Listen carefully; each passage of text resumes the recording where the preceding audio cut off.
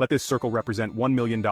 This is what $10 million would look like. This is what $100 million would look like. And this is what $1 billion would look like. Jeff Bezos, the founder of Amazon, has a net worth of 117 times this number. And then, there's you. You're probably working a job right now, one that you got from the degree that you studied for in university. You probably don't have much in savings. Your living expenses seem ridiculously high. You feel as though you're not paid enough. You have credit card debt that needs taken care of. Maybe you're a student studying for a degree, and your job that you hope can bring some good money. You probably don't have any savings, only a pesky student debt hanging above your head. Wealth, getting rich, that all seems like a distant dream. How did they do it, you ask yourself, seeing all those millionaires, billionaires, especially the ones who got there at such a young age? It baffles you, it makes you angry. They got lucky. They were born into wealth. They cheated their way to that money. Doesn't make them honest, and you're not smart, and I'm just unlucky.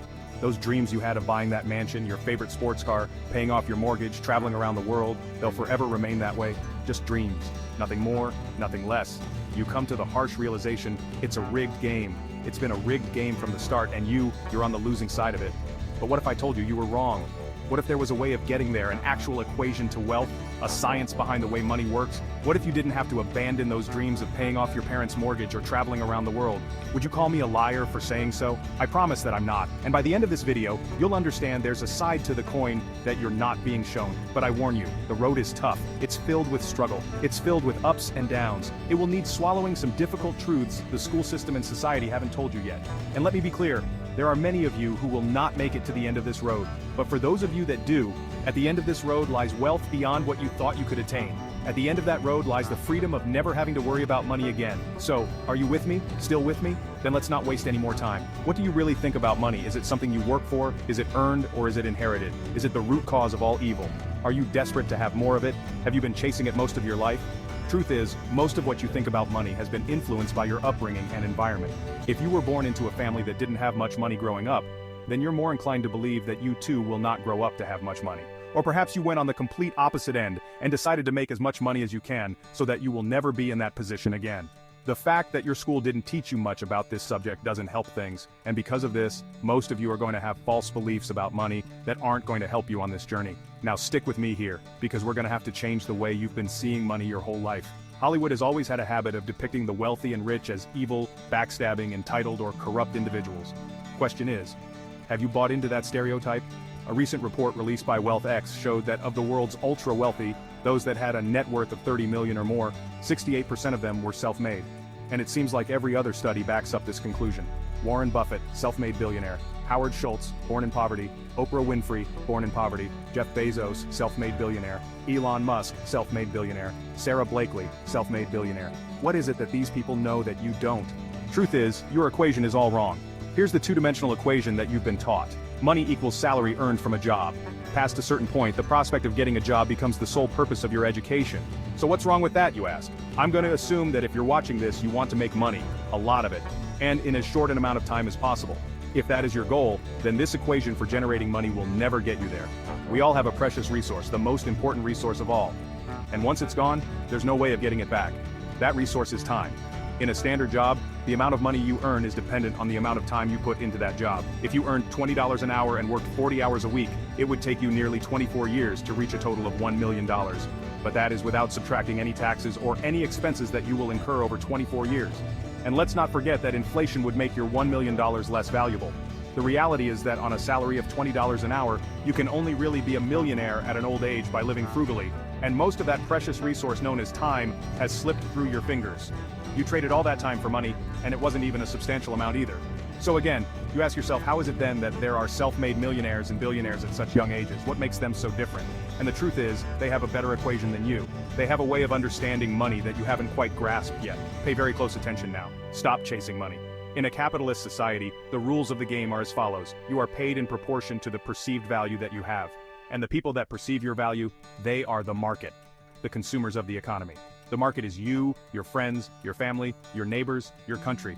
People complain that football players are overpaid, but for players to be paid millions, there has to be a market for the football industry in the first place. People have to see the value in football in the first place for them to want to spend money on matches and merchandise.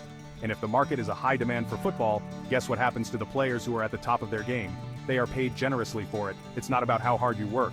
The cleaner that's sweating and tiring himself out every day is paid far less than the accountant sitting behind a desk. Why? Because the market perceives the value of what the cleaner does to be far less than the accountant. As harsh as it may sound, the cleaner can be replaced by anybody.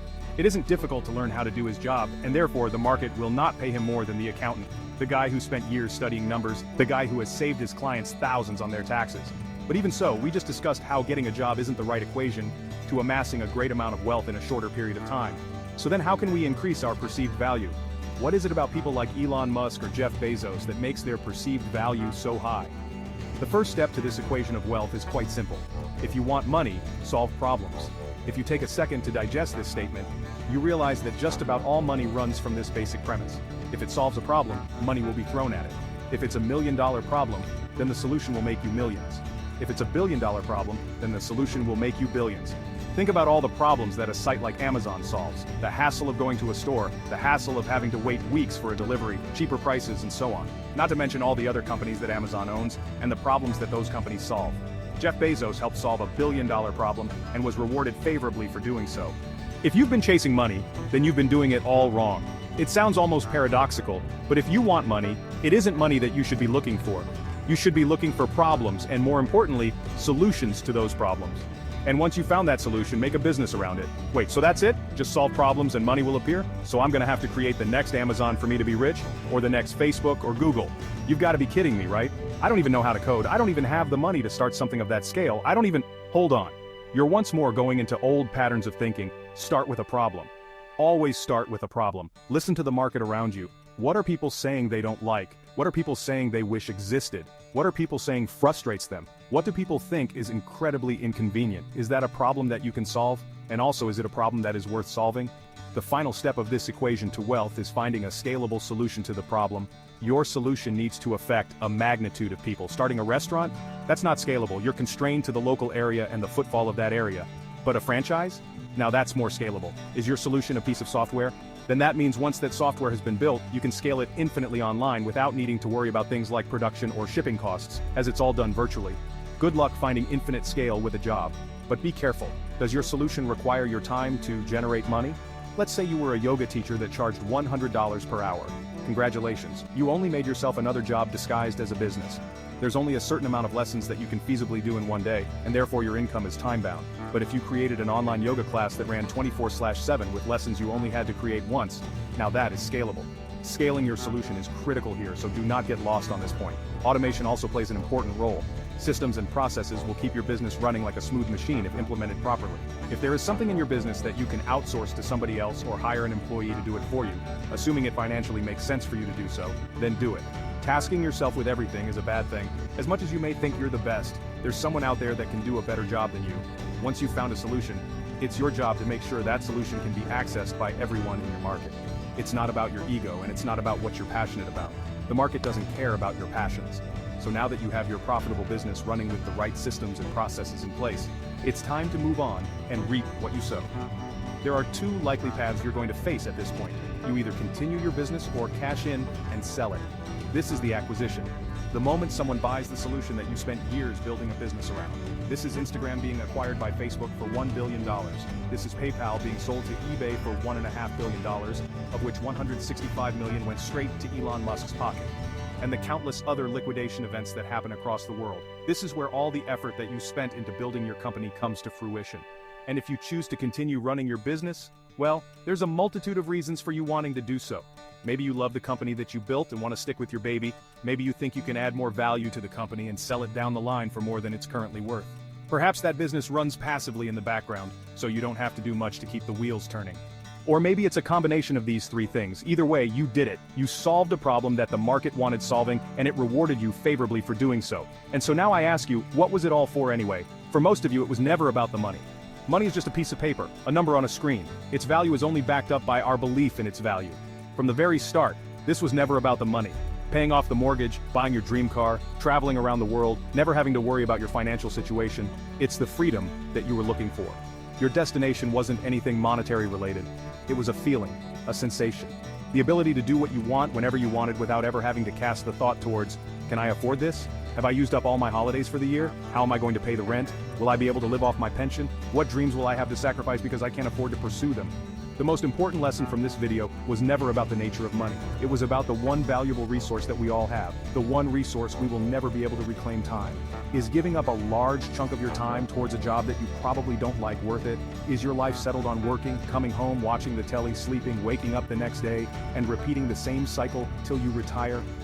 How many more hours of your life do you let slip through because of this pattern? Or perhaps you're fine with that reality. Perhaps you have no other choice but to follow that path for the time being, and if that's the case, there's nothing to worry about. The most you got from this video was a little entertainment, and maybe a change in perspective. But there are those of you that understand the other side, those of you that have the desire to never need to worry about money ever again. And so I feel the need to remind you, stop chasing money, chase problems, and find the solution to those problems. This is the equation through which all money is found. If you desire liberty through never needing to worry about money ever again, then let solving problems be the meaningful struggle in your life. Does it mean you'll be happy at the end of the road? Does it mean you'll feel fulfilled? Only you can answer that question.